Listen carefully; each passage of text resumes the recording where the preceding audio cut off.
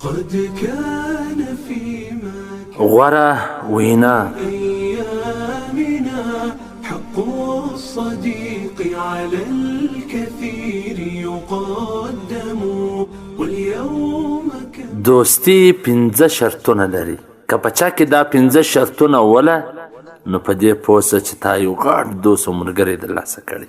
اول په ښکاره او غیاب کې ستا سره یو رنګه رفتار وکړي، داسې نه چې ښکاره یو رنګ یو پټ بیا بل رنګ.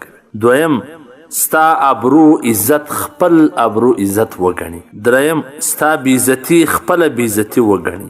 څلورم کچیر د یو مقام یو لوړه مرتبه ترلاسه کړه نو ستا سره په تعلق په رفتار کې تبدیلی را نه ولي. پنځم ستا سره د هیڅ مدد مرستې کې کمزوري ښکاره نه کړي، یعنې ویې نه سپموي، باید ستا سره وکړي. نو که چا کې دا شرطونه ول نو د عظیم دوستي قدر او احترام تحبك والفعال تترجم قد كان فيما كان من د احمق د دوستي څخه ځان ساته، ځکه چې د هغه کومک هم تا ته تاوان رسوي.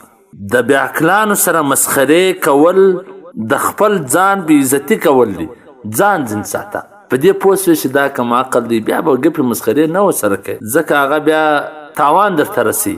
هر څه وایي نه بیا ستا په عزت کې دی نه په خپل عزت کې دی. خپل عزت کې خو ځکه نه دی چې کم عقل.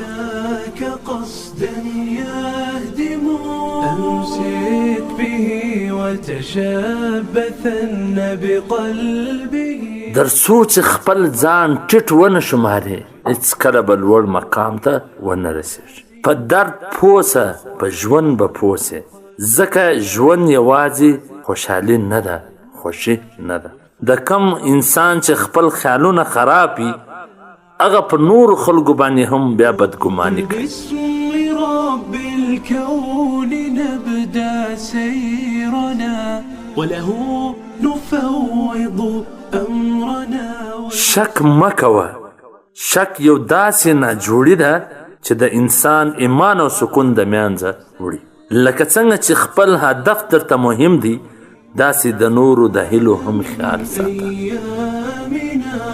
حق الصديق على الكثير يقدم واليوم اخلاق زړه صفا کوي، پوهې ته توان ورکوي، زړونه رانسي او هیلمن خپلو هیلو ته رسوي. د هغه سړي څخه ځان وساته چې هغه خپل ځان درته غټ او لوړ بولي. د جاهل سړي و مخ ته د عقل خبره مه کوه، ځکه بیا هغه اول بحث ته سره کوي، بیا چې کله خپل ماته وویني بیا به ستا دښمن جوړیږي. والسلام. د مولوي عبدالرحمن صمیم صاحب د نشراتو څخه منتخبي ویناوي.